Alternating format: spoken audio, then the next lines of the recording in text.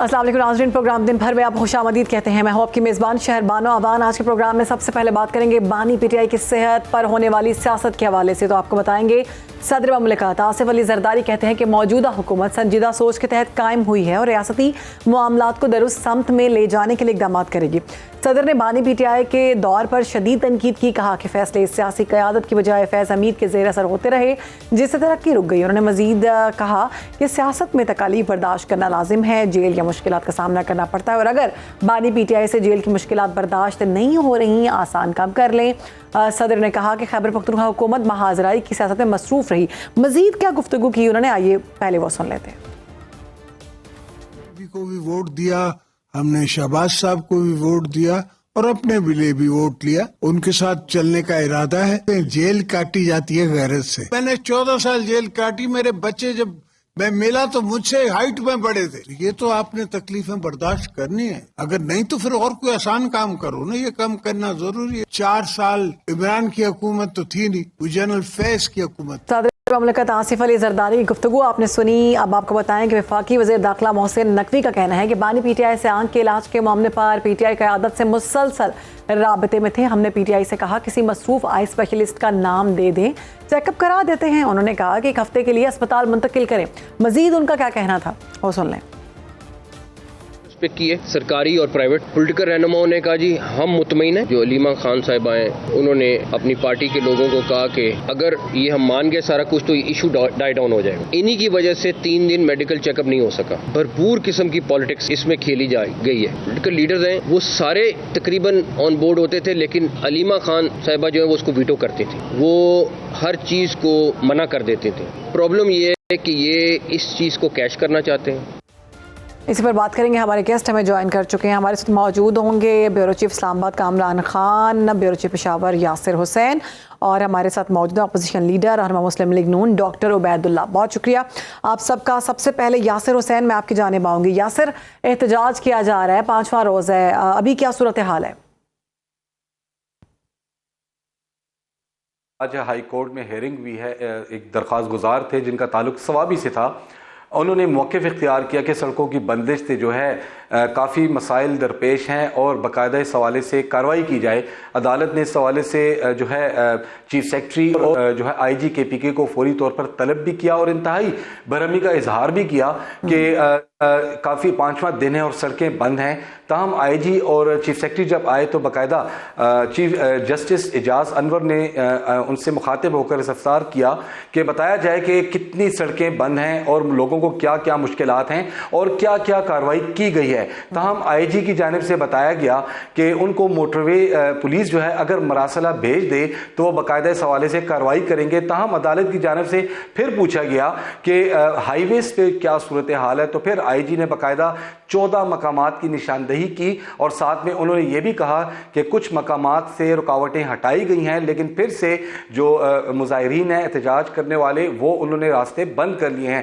ताहम उसके बाद जो है अब बाकायदा हुक्मनामा भी जारी कर लिया गया है पेशावर हाई कोर्ट की जानिब से, जिसमें इंतहाई बरहमी का इज़हार भी किया गया है और साथ में अदालत ने यह भी हुक्मनामे में लिखा है बाकायदा कि जो IG हैं, चीफ सेक्रेटरी हैं, उन्होंने मुतमईन नहीं किया और इंतहाई अफसोस का मकाम है कि अब तक रुकावटें हटाने के हवाले से कोई ठोस इकदाम नहीं उठाए गए। सूबे में दहशतगर्दी का बोलबाला भी है, महंगाई भी है, भूख भी है और इन चीज़ों को मद्देनज़र रखते हुए उन्होंने बाकायदा हुक्मनामा में IG को हुक्म जारी किया है कि तमाम हाईवेज को खोला जाए और आवाम को रिलीफ दिया जाए और बाकायदा इस हवाले से कल हाई कोर्ट में रिपोर्ट भी जमा कराई जाए कि अगर कोई मसले मसाइल मजीद आते हैं तो उनके बारे में भी हाईलाइट किया जाए और कल रिपोर्ट में बताया जाए कि आज यानी आज 17 फरवरी है तो आज क्या क्या कार्रवाई की गई। बाकायदा कल इस हवाले से 12 बजे रिपोर्ट भी जमा की जाएगी।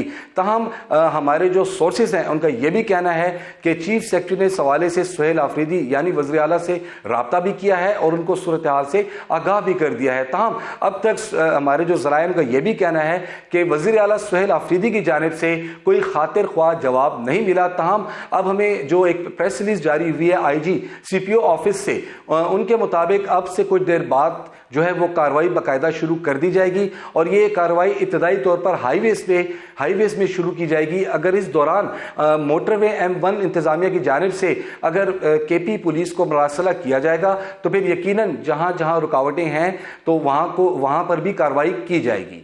ठीक है, कार्रवाई की जाएगी। अदालती कार्रवाई के हवाले से हम बात करते हैं यासिर हुसैन। कामरान खान, आपकी जानिब आऊँगी। हमने देखा कि जब ये मामला हुआ बानी PTI के आंख के हवाले से, कल की अपडेट्स ये थी कि जब उनको मौलिज के पास लेके गए तो कहा यह जा रहा था कि जो उनकी आंख है जिसको 70% बताया गया कि उसकी बिनाई चली गई है, ये जो कहा जा रहा था कि 70% उसकी बिनाई है, जबकि 25% उसमें इन्फेक्शन नज़र आया। अभी हमने देखा कि 5वां रोज़ एहतजाज भी किया जा रहा है PTI की जानिब से। अब इस्लामाबाद की सूरत हाल क्या है, मामला कहाँ तक पहुँचे हैं? जी शुक्रिया शहरबानो। सबसे पहली बात यह है कि जब तक बानी PTI का तिब्बी मुआयना नहीं हुआ था और उनकी मेडिकल रिपोर्ट जो है वो सामने नहीं आई थी और वो सुप्रीम कोर्ट में जमा नहीं कराई गई थी, उस वक्त तक सिचुएशन वाकई बहुत ज़्यादा जो थी वॉलेटाइल थी। और जो PTI की क़यादत थी उन्होंने न सिर्फ पार्लियामेंट के अंदर, पार्लियामेंट के अहाते में और इस्लामाबाद में जो KP हाउस है वहाँ, उसके बाहर, और फिर ये जो शाहराएँ और N5 बंद करने का मामला था, यहाँ पर उन्होंने एहतजाज किए रखा। और सूबा सरहद यानी सूबा खैबर पख्तून बाकी जो दीगर रास्ते जाते हैं ममालिक अंदरूने मुल्क, उसको काट दिया गया था। तो अब आज उसके बाद, लेकिन ये रिपोर्ट आने के बाद जब एक आ गई और उस रिपोर्ट पर बाकायदा PTI की क़यादत ने और उसकी फैमिली की जानिब से, यानी बानी PTI की फैमिली की जानिब से भी इत्मीनान का इजहार जो है वो किया गया था, क्योंकि जो बानी PTI के डॉक्टर्स हैं उन्होंने स्टेटमेंट दी थी कि उनकी बाकायदा बात करवाई गई उस टीम से जिसने के मुआयना किया था जेल में जाके बानी PTI का, और उन्होंने जब पूरी तिब्बी तफसीलात जो थी और जो प्रोसीजर हुआ था उसकी तफसीलात जब उनको दे दी गई तो उन्होंने उस पर इत्मीनान का इजहार किया था। लेकिन एक जो खदशा जो उन्होंने अब ये कहा है वो ये कह रहे हैं कि जो 70% बिनाई यानी दाएं आंख की वापस आने वाली बात है वो एडिड है, यानी इसका मतलब ये हुआ कि वो अगर लेंस के साथ या ऐनक के साथ जब आप लगाएंगे, ग्लासेस लगाएंगे, तो तब वो 70% जो है वो रोशनी जो है वो वापस आएगी। अदरवाइज ये अभी यही समझा जाएगा कि जो दाएं आंख को जो डैमेज पहुंचा है वो अपनी जगह मौजूद है। अब आज ये देखिए कि अब दोबारा से ये चीज़ जो है वो चल रही है PTI की जानिब से। वो ये कहते हैं कि जी हमारे किसी फैमिली मेंबर को जो है वहां पर नहीं बुलाया गया, जबकि ये बताया गया है कि बैरिस्टर गौर जो कि चेयरमैन हैं PTI के, उनको बाकायदा राब्ता करके उन्हें यह कहा गया था कि टीम जो है वो मुलाकात के लिए जा रही है, उनके इलाज के लिए जा रही है, आप भी वहां पर पहुंच सकते हैं, लेकिन उन्होंने इनकार कर दिया था। और यही वाली बात जो है, इसी को अब बुनियाद बनाकर जो है वो एहतजाज का सिलसिला आगे बढ़ाया जा रहा है। आज जो कंसंट्रेशन है PTI की वो उन्होंने अडियाला जेल के बाहर रखी हुई थी और ये कहा गया था कि अलीमा खान और दीगर जो PTI की क़यादत है वो वहां पहुंचेगी और बाकायदा एक प्रेस कॉन्फ्रेंस की जाएगी वहां पर। लेकिन उनकी इस कोशिश को इसलिए नाकाम बना दिया गया कि इंतजामिया का कहना है कि रावलपिंडी में दफा 144 नाफिज है, वहां पर कोई ऐसी सरगर्मी की इजाजत नहीं दी जा सकती। और दूसरी बात यह है कि इसीलिए उनको रोका गया है, अडियाला जाने वाले तमाम रास्ते जो हैं वो ब्लॉक कर दिए गए हैं और अलीमा खान को उनको रोका गया है। कामरान खान हमारे साथ ही रहिएगा। डॉक्टर साहब आपकी जानिब आऊंगी, डॉक्टर उबैदुल्ला हमारे साथ मौजूद हैं। आप क्या समझते हैं कि PTI और तहरीक-ए-इंसाफ तहफ़्फ़ुज़ आईन पाकिस्तान के इस्लामाबाद में धरने से सूबे में सड़कें बंद हो गई हैं, और इस सूरत हाल को आप कैसे देखते हैं? अगर PTI की जानिब से एहतजाज बड़े लेवल पर सामने आता है तो फिर मामलात कहाँ पर जा सकते हैं?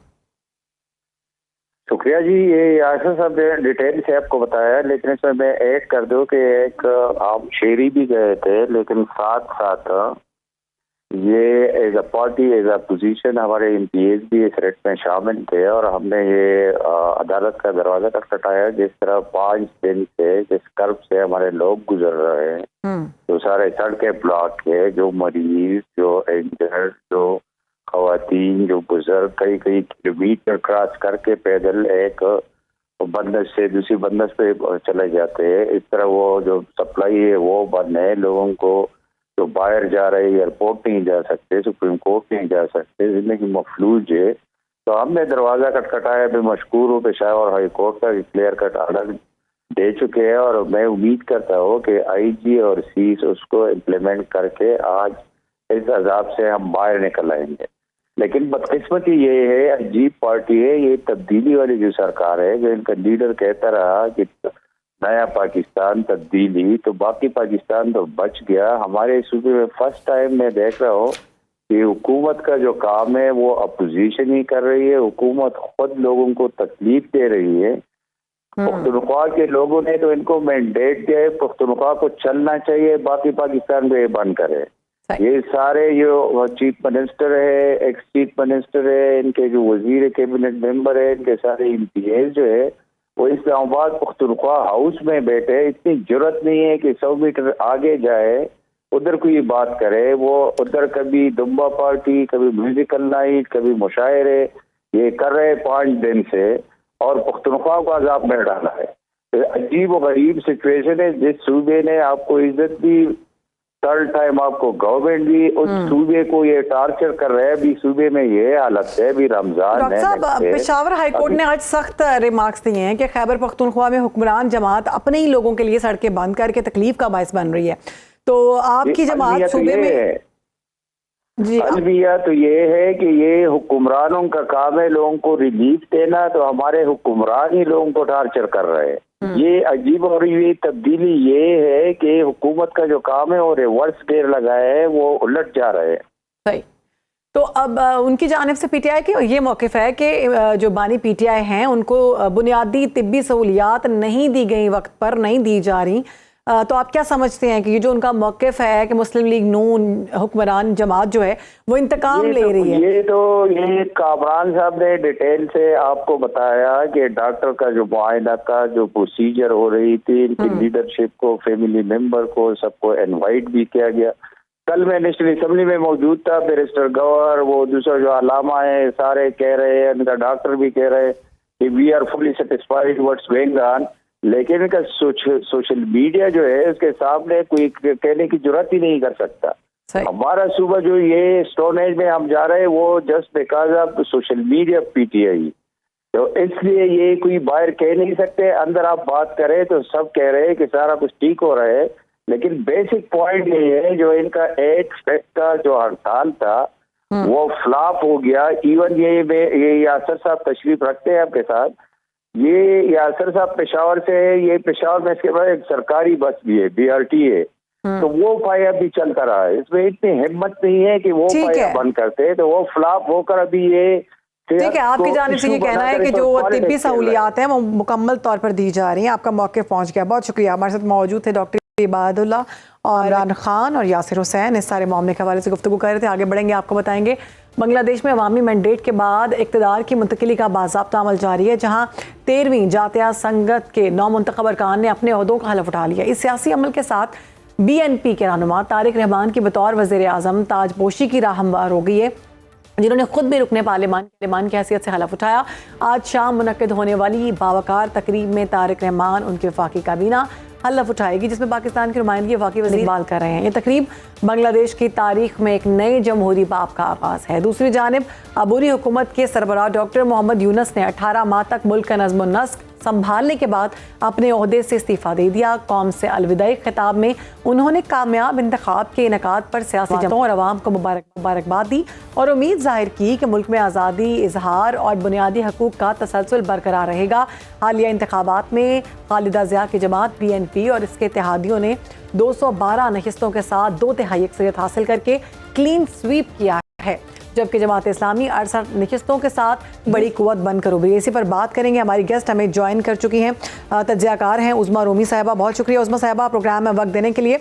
आप क्या समझती हैं, क्या BNP इस बार माजी के मुकाबले में ज़्यादा मैच्योर सियासत कर दिखाएगी? और दूसरा, डॉक्टर मोहम्मद यूनुस का किरदार और अलविदा डॉक्टर मोहम्मद यूनुस ने अबूरी दौर में जो इस्लाहात की, आप क्या समझती हैं? अब वो इस्तीफ़ा देकर जा रहे हैं और इससे नई मुंतखब हुकूमत नई इस्लाहात लेकर आएगी। बांग्लादेश के लिए क्या मामलात होने वाले हैं, खित्ते के लिए क्या चेंजेस होंगे इसमें? खित्ते के लिए इसको बड़ा इम्पोर्टेंट समझा जा रहा है, और खासतौर पर अगर हम बात करें जमहूरी तसलसल के लिहाज से इसको बड़ा एक आप समझ सकते हैं कि एक इम्तिहान के तौर पर देखा जा रहा है। ये कहा जा रहा है कि तारिक रहमान के इक़्तिदार संभालते ही इसको सियासी तब्दीली के तौर पर नहीं बल्कि एक जमहूरी तसलसल के लिए भी नज़र से भी देखा जा रहा है। तो कहा यह जा रहा है कि जमहूरी तसलसल का ये एक अहम इम्तिहान होगा।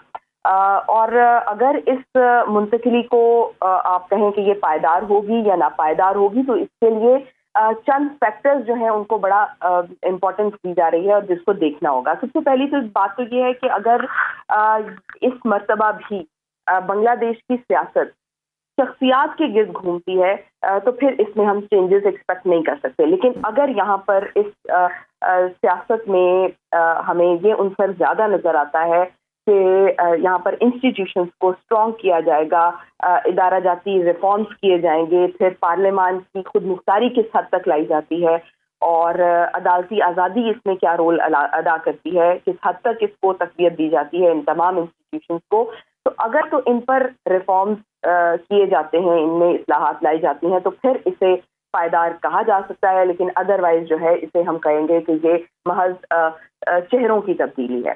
तो ये अभी 18 माह का जो इनका उबूरी दौर था, इसके बाद जब इंतखाबात होने थे तो उस वक्त ये बहुत ज़्यादा इस चीज़ का इजहार किया जा रहा था, इस बात का इजहार किया जा रहा था कि ये फ्री एंड फेयर हो सकते हैं या नहीं। और चूंकि हमने ये इनको अपनी आंखों से देखा तो मोस्टली आप इसको कह सकते हैं कि ये फ्री एंड फेयर इलेक्शन से कुछ हलकों में आगे पीछे कुछ बातें सुनने को मिली, लेकिन ओवरऑल जो एक वहाँ की सियासत का एक लोगों का जो रवैया था वो बहुत मैच्योर हमने देखा।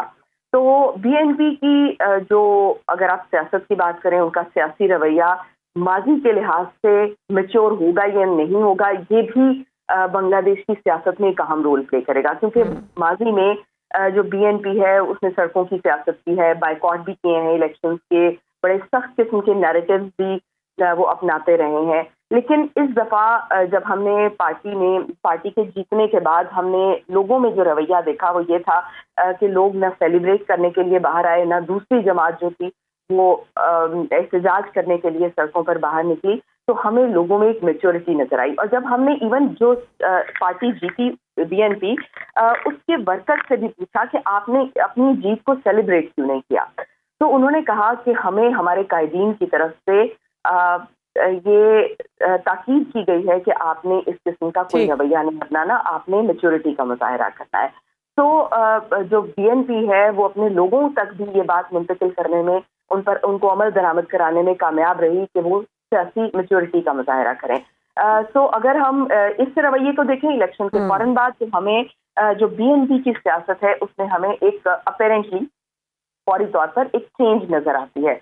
तो ये हम समझ सकते हैं कि अगर ये कंटिन्यूड रहती है तो ये सियासी मैच्योरिटी का, और इनसे हम मैच्योर सियासत की तवक्को कर सकते हैं। ठीक है उस्मा साहिबा, भारत के साथ ताल्लुकात में तब्दीली हमने देखा, हसीना वाजिद के साथ जो कुछ हुआ, तख्ता उल्टा, भारत और बांग्लादेश के ताल्लुकात जिस नहज पर हैं, सब कुछ सबके सामने है। अब आप क्या समझती हैं बीएनपी की 2/3 अक्सरियत और इक़्तिदार में वापसी से भारत के लिए क्या क्या चैलेंजेस हो सकते हैं, और नई खारजा पॉलिसी में इंडिया आउट जैसे रुझानात सामने आएंगे, उनको तक़वियत मिलेगी? अगर हम पिछले दौर में देखें, शेख हसीना के दौर में, तो जो भारत और बांग्लादेश हैं इनके ताल्लुकात काफ़ी क्लोज रहे हैं। अगर इसको गैर मामूली हद तक कहा जाए तो वो भी दुरुस्त होगा। तो सरहदी माहिदे भी थे इसमें इन्वॉल्व, सिक्योरिटी ताउन इनका बड़ा ज़्यादा इन्वॉल्व था, कनेक्टिविटी के जो इनके मंसूबे थे उसने इनकी जो स्ट्रेटेजिक शराकतदारी थी उसको बहुत क्लोज कर दिया था।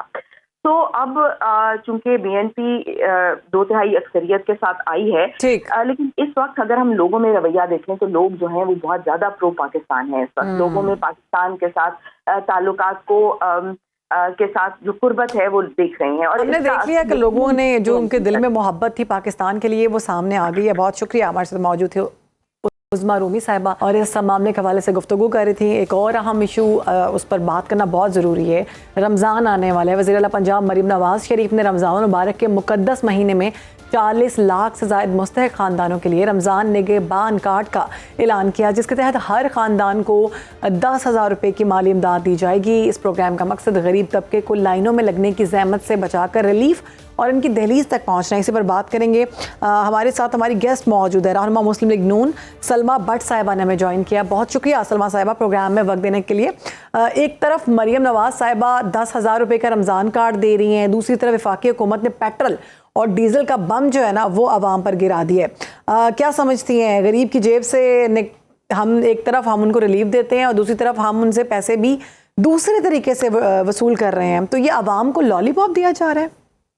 बिस्मिल्लाहिर्रहमानिर्रहीम, बहुत शुक्रिया जी। जो आपने मौजना बिल्कुल नहीं बनता। रमजान जो होता है वो रमजान निगहबान एक और चीज है। रमजान का महीना एहतराम का महीना, मुकद्दस महीना, एहसास का महीना है, जो साल में एक मर्तबा आता है और ये हम सब के लिए जो है ना हमारे सालाना पेपर की तरह होता है। और इसके अंदर जो वज़ीर आला पंजाब मोहतरमा मरियम नवाज शरीफ साहिबा की जो प्रो पुअर पॉलिसी और प्रो पीपल पॉलिसी है, ये उसकी अमली शक्ल है कि जो पहले रमजान जब भी आते थे तो रमजान पैकेज और रमजान बाजार जो लगते थे या राशन बांटे जाते थे, लंबी लंबी कितारें होती थी और उसमें लोगों को बहुत धक्कम पेल और मुश्किलात का सामना होता था और बड़ी मुश्किल से जाकर उनको उनका हक मिलता था।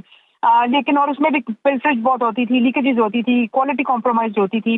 ये जो वज़ीर आला पंजाब का इंतहाई जो एहसन इक़दाम है, 40 अरब बल्कि 42 अरब की जो रमजान निगहबान पैकेज है, जिसमें तकरीबन 40 लाख से ज्यादा घराने, तकरीबन 42 लाख घरानों तक की पहुंच रहा है और ये एटीएम कार्ड की शक्ल में उनके घरों में, उनकी दहलीज में जाकर उनको कार्ड पहुंचाए जा रहे हैं। देखने वालों के लिए ये बताइएगा कि ये किन तबकों को मिलने जा रहा है, निजी तबके को मिल रहा है, तो किस तरह से मिलेगा, किस तरह से वो इसको अप्लाई कर सकते हैं कार्ड को? जी, ये 10,000 रुपया फी घराना कार्ड जो है ये उनके घर पहुंचेगा और इसको जो है PITB, बैंक ऑफ पंजाब और गवर्नमेंट ऑफ पंजाब का जो मुश्तरका काविश है, जिसमें फिर हर तहसील लेवल पर 167 इसके जो हैं वो कैंप साइट्स बनाए गए हैं।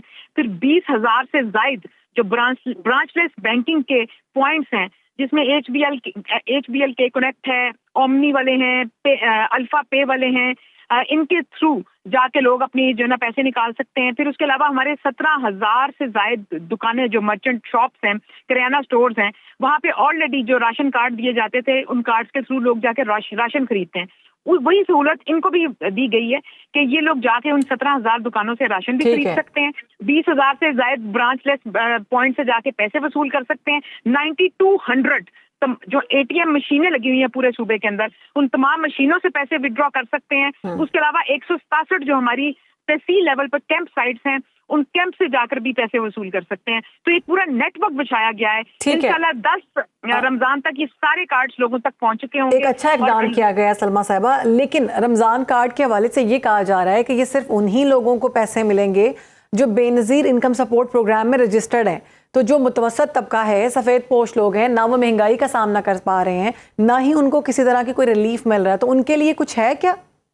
ये उनको नहीं मिलेंगे जो बेनज़ीर इनकम सपोर्ट प्रोग्राम में रजिस्टर हैं, जो किसी भी और प्रोग्राम से फायदा हासिल कर रहे हैं, उनको नहीं मिलेंगे। ये उनको मिलेंगे जो अभी तक किसी और प्रोग्राम में ऐड नहीं हुए हुए। और इसके ऊपर PTM स्कोर लगाया गया है, PSCR का सर्वे कराया गया घर घर जाके पूरे सूबे का, और PTM स्कोर के जो अंदर जो बिलो पॉवर्टी लाइन जो हमारा 45% आबादी का हिस्सा है, उसमें से इन लोगों का चुनाव होता है और उसके अंदर भी चेक्स लगे होते हैं हमारे। इसको डिजिटाइज तरीके से किया जाता है। ये PITB के पोर्टल पे वो लोग 5-6 चेक होते हैं हमारे PSCR के, जो वो क्रॉस करता है। उन लोगों की जो PTM स्कोर जिनकी 25 या 28 या 30 से कम होती है, उनको चुना जाता है, और जिनका किसी और BISP या किसी और प्रोग्राम में इंदराज नहीं होता, उनको चुना जाता है इसके अंदर। ठीक है, जिसकी 30,000 या इससे कम सैलरी होगी वो इसको अप्लाई कर सकता है इस कार्ड के लिए।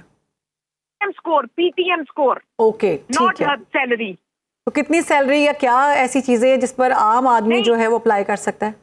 वो देखें, आप जब आप अपना डाटा दें ना, जैसे जिनके पास अपने घर नहीं है, अपनी गाड़ियां नहीं है, बैंक अकाउंट नहीं है, जिनके पास को पक्की रोजगार नहीं है, जिनके माहाना आमदनी का कुछ पता नहीं है कि कितनी है, कहाँ से, जो डेली वेजर हैं, मजदूर हैं, जो दिहाड़ीदार तबका है, या जो बेरोजगारी का शिकार है, या जो बहुत कम आमदन का शिकार है, उनका PTM स्कोर बनता है, जो बहुत सारा एक फॉर्मूला पूरा जो हमारी आबादी के तनासुब से निकाला जाता है। जो 45% से नीचे आबादी है, जो गरीब लोग हैं, उनमें से उनका चुनाव किया जाता है। ये पूरा प्रोसेस है, ये बहुत साइंटिफिक और स्किल्ड प्रोसेस है। इसके अंदर कोई भी इस तरह के लूप होल्स नहीं छोड़े जाते कि जो जो मुस्तकीन नहीं उन तक न पहुंचे। ठीक है, मुस्तकीन के लिए ये एक पॉपुलेशन जो है हुकूमत की जानिब से एक ऑफर आई है। बहुत शुक्रिया, सलमा साहब हमारे साथ मौजूद थी और बता रही थी कि किस तरह किया जा सकता है। एक अच्छा इकदाम है अगर इस पर मुकम्मल तौर पर शफाफियत के साथ अमल हो तो। आगे बढ़ेंगे। मशरिक़ वस्ता एक बार फिर आलमी ताकतों की रेशा दौरानियों का मरकज़ बन चुका है, जहाँ एक तरफ जिनेवा में ईरान और अमरीका के दरमियान बिलवास्ता मुज़ाकरात की मेज सजी है, तो दूसरी तरफ अमरीका ने अपने जंगी बहरी बेड़े अब्राहम लिंकन को ईरानी सरहदों के खतरनाक हद तक करीब कर दिया है। अमेरिकी सदर डोनाल्ड ट्रंप की जानिब से मुज़ाकरात में बिलवास्ता शमूलियत के दावों के पीछे तेहरान पर दबाव बढ़ाने की नाकाम कोशिश नजर आती है। ताहम ईरानी वज़ीर ख़ारजा अब्बास अराग़ची ने जेनेवा पहुंचते ही वाज़ेह कर दिया है कि ईरान किसी भी किस्म की धमकी के सामने सर झुकाने वाला नहीं। इसी पर बात करेंगे, हमारे साथ ईरानी सहाफ़ी मौजूद हैं, जॉन हुसैन। बहुत शुक्रिया जॉन प्रोग्राम में वक्त देने के लिए। हम देखते हैं कि एक तरफ जेनेवा में बिलवास्ता मुज़ाकरात की मेज़ सजी हुई है, दूसरी तरफ ये जो बहरी बेड़ा है ईरानी साहिलों के बिल्कुल करीब पहुंचता जा रहा है। तो क्या ये अमेरिका की जानिब से महज दबाव बढ़ाने की हिकमत अमली बताई जा रही है, और ईरानी वज़ीर ख़ारजा अब्बास अराग़ची की जानिब से मुनसिफाना और मुतवाज़िन मुआहदे की बात की गई है। तो आप क्या समझते हैं कि ईरान की कौन सी ऐसी रेड लाइंस हैं जिस पर अगर कुछ भी हुआ तो ये मामला जंग की तरफ चले जाएंगे? बहुत बहुत शुक्रिया शर्मानू मुझे बुलाने के लिए। देखिए, पहली बात तो ये कि बेड़ा अभी तक ईरान के साहिलों के करीब नहीं आया है, ये ओमान सी के अंदर ही पीछे मीलों दूर खड़ा हुआ है, ओमान सी से भी। ठीक। दूसरी बात ये कि आयतुल्ला खामनाई का बयान आया है कल के बिल्कुल एयरक्राफ्ट कैरियर एक डेंजरस इक्विपमेंट है, लेकिन उससे ज्यादा खतरनाक वो चीज है जो इस एयरक्राफ्ट कैरियर को गिराएगी या डुबाएगी। और इस चीज का बिल्कुल सिग्नल ईरानी हर तरफ से, IRGC के जो नेवल चीफ है अली रजा साहब, उन्होंने भी कहा है कि हमारी सर्वेलेंस है 24 आवर्स की स्ट्रेट ऑफ हॉर्मुज़ के ऊपर, और कोई भी शरारत अमेरिका की जो है वो इस तरीके का जवाब आएगा कि अमेरिका अपना मुंह नहीं उठा पाएगा किसी के सामने आगे भी। और ये चीज खामनाई साहब ने भी अपनी स्पीच में कहा था कि अमेरिका इस तरीके से हमला हो सकता है अमेरिका के ऊपर कि कभी जिंदगी में अमेरिका नहीं सोचेगा किसी को अटैक करने का। तो बिल्कुल बहुत सीरियस सिचुएशन है, एंड ईरानी जो है इसको posturing as a posturing signal ही ले रहे हैं, but at the same time ईरानियों ने भी अपनी पॉस्चरिंग पूरी रखी हुई है। नेवल एक्सरसाइजेज भी ईरान ने की, साथ ही साथ बयानात ईरान ने अपनी रेड लाइंस जो ड्रॉ की है, वो बैलिस्टिक मिसाइल प्रोग्राम के ऊपर रेड लाइन है इनकी कि बैलिस्टिक मिसाइल प्रोग्राम के ऊपर डिस्कशन नहीं होगी, बाकी दूसरी चीजें तो इररिलेवेंट हैं, लेकिन बैलिस्टिक मिसाइल प्रोग्राम जो है वो स्पेसिफिकली हाईलाइट कर दिया गया है कि उसके ऊपर कोई नेगोशिएशन किसी भी तरीके की नहीं होगी, because it is the last line of defence for Iran. Enrichment के ऊपर जब तक बात करें तो इनरिचमेंट के अंदर भी जो इनरिचमेंट है उसको तो शुरू से ईरान ने बोला हुआ है कि हम लो करने के लिए तैयार हैं, और इनफैक्ट डायल्यूशन पे भी बात हो सकती है अगर मुज़ाकरात इक्वल बेसिस पे और म्यूचुअल रिस्पेक्ट की बेसिस पे हो तो। ठीक है, बिल्कुल ठीक है। अच्छा, ओमान का जो कि आपने जिक्र किया, ओमान का हमने देखा हमेशा से ईरान और अमेरिका के दरमियान एक पुल का किरदार करता रहा है था। इस बार ओमान की सालिसी में आप क्या समझते हैं? क्या कोई ऐसी नई तजवीज़ मेज़ पर है जो साबिका नाकाम कोशिशों से मुख्तलिफ हो? क्या इस बार मुआहदे के इम्कानात गुज़श्ता बरसों से ज़्यादा रोशन है? देखिए, इस दफा सक्सेस के चांसेस ज्यादा हैं, मुज़ाकरात के नहीं लेकिन अमेरिका के वापस जाने के ज्यादा हैं, मुज़ाकरात के बहाने से। उसकी वजह यह है कि इस दफा ईरान ने क्लियर कर दिया है कि अगर कोई भी हमला होता है ईरान के ऊपर किसी भी गल्फ कंट्री की तरफ से अमेरिका की सपोर्ट में, तो जाहिर सी बात है ईरान उसको रिस्पॉन्ड करेगा। पिछली दफा 12 दिन की जंग में ईरान ने डेमोन्स्ट्रेट किया कि वो जो बुत है इनविंसिबिलिटी का उसको तोड़ सकते हैं, क्योंकि आयरन डोम के बारे में भी बातें ये चल रही थी कि इजराइल जो है वो नहीं आने देगा, मिसाइल्स पेनिट्रेट नहीं करेंगी ईरान की, लेकिन ईरान ने डेमोन्स्ट्रेट किया इफेक्टिवली कि वो हमला कर सकते हैं। और आप नोटिस करें, बड़ी इंटरेस्टिंग बात है कि अब अमेरिका इजराइल को कह रहा है कि अगर आप हमला करेंगे तो हम आपका साथ देंगे। Israel on the other hand America को पुश करने की कोशिश कर रहा है कि आप हमला करें, तो दोनों एक दूसरे के साथ जो है वो पिंग पोंग खेल रहे हैं कि आप प्लीज आगे बढ़ें, हम आपके साथ हैं। तो देयर आर मोर चांसेस कि अमेरिका किसी ना किसी तरीके से झुक जाएगा ईरान की डिमांड्स के सामने। अच्छा, आखिर में हमें ये बताइएगा कि डोनाल्ड ट्रंप ने माजी में ईरान के साथ जौहरी मुआहिदा जो करने की कोशिश की थी, उससे अलहदगी इख्तियार की गई थी ट्रंप की जानिब से। अब आप क्या समझते हैं, क्या भरोसा किया जा सकता है? नहीं, बिल्कुल भरोसा तो नहीं किया जा सकता। ये तो रिपीटेडली ईरानी भी कह रहे हैं कि भरोसा हम नहीं कर सकते। एक गवर्नमेंट आती है अमेरिका की, जब वो चेंज होती है तो दूसरी गवर्नमेंट आती है, उसको एज अ फेलियर देखती है पुराने प्रोजेक्ट्स को, तो उसको ओवरटर्न कर देती है। और ट्रंप साहब ने जो डोनेशंस ली हैं मुख्तलिफ लॉबी ग्रुप से और इजरायली लॉबी से, तो जाहिर सी बात है उनको यही खदशा है कि अगर अग्रीमेंट होता भी है तो अभी ये फेस सेविंग के लिए ही होगा, ताकि अमेरिका वापस मुड़ सके, और आगे जाके ये अग्रीमेंट जो है वो चल नहीं पाएगा ज्यादा देर तक। तो सीरियसनेस इस चीज के ऊपर बिल्कुल भी नहीं है कि मुआहिदा सक्सेसफुल रह सकता है, और जंग की तैयारी इसके साथ साथ चल रही है, पैरेलल चल रही है। ठीक है, बहुत शुक्रिया। जॉन हुसैन हमारे साथ मौजूद थे, इस सारे मामले के हवाले से गुफ्तगू कर रहे थे। ब्रेक के बाद हाजिर होते हैं। वेलकम बैक नाज़रीन। इस्लामाबाद में इंसानी जिंदगियों से खेलने वाले एक मकरू धंधे का पर्दा चाक हो चुका है। कानून नाफिज करने वाले इदारों ने खुफिया इतला पर G16 सेक्टर के एक निजी घर पर अचानक छापा मारा, जहां रिहायशी मकान की आड़ में गुर्दों की गैर कानूनी पेवंदकारी का घिनौना कारोबार जारी था। कार्रवाई के दौरान पुलिस ने पूरे इलाके को घेरे में लेकर घर के अंदर मौजूद पेवंदकारी में मुलव्विस मुतादिद मुलजिमों को हिरासत में ले लिया है। कार्रवाई के दौरान हुशुबा इंकशाफात सामने आए हैं। घर के तहखाने को बाकायदा एक खुफिया अस्पताल में तब्दील किया गया था। इसी पर बात करेंगे, हमारे गेस्ट में ज्वाइन कर चुके हैं हमारे रिपोर्टर नईम जंजुआ हमारे साथ मौजूद होंगे, जबकि अशरफ निज़ामी साहब चेयरमैन इंटरनेशनल रिलेशंस PMA भी हमारे साथ मौजूद हैं। सबसे पहले नईम, मैं आपकी जानिब आऊँगी, आखिर ये मामला क्या है? इस्लामाबाद के G16 सेक्टर में इतना बड़ा घिनौना ये कारोबार जारी है और किसी को इल्म नहीं था इसका?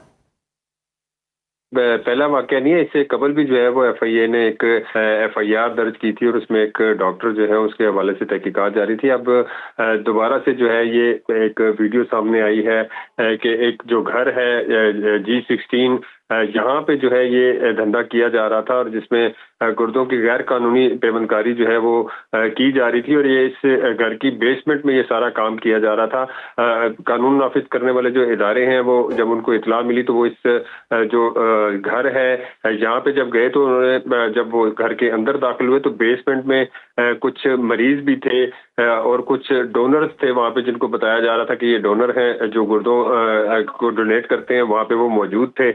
फिर उन लोगों से भी पूछताछ की गई और फिर वहाँ पे जितने भी लोग थे जो ये काम कर रहे थे उनको हिरासत में लिया गया और कुछ जो डॉक्टर थे उनको भी हिरासत में लिया गया। मरीज भी देखे जा सकते हैं फुटेज में कि यहाँ पे मरीज मौजूद थे। फिर उनको उसके बाद जो है मुख्तलिफ अस्पतालों में शिफ्ट किया गया और उसके बाद ये जो FIA का एक सेल बनाया गया जो गैर कानूनी ट्रांसप्लांट या ह्यूमन ऑर्गन्स जो है गैर कानूनी तरीके से जिसको वो किया जाता है, उसके हवाले से जो FIA का विंग बनाया गया उसने ये कार्रवाई की और इस्लामाबाद पुलिस जो है वो इस कार्रवाई में इनके साथ थी। ठीक है, आपकी जानिब आऊँगी अशरफ साहब। अशरफ निज़ामी साहब, आप क्या समझते हैं वफाकी दारुल हुकूमत के घर के तहखाने में एक पूरा अस्पताल काम कर रहा है, किसी को खबर ही नहीं है, क्या समझते हैं सिक्योरिटी दारों की नाकामी के साथ साथ ये हेल्थ केयर कमीशन के मुतल्लिका बोर्ड्स और जितने भी महकमे हैं उनकी कितनी बड़ी मुजरिमाना गफलत है?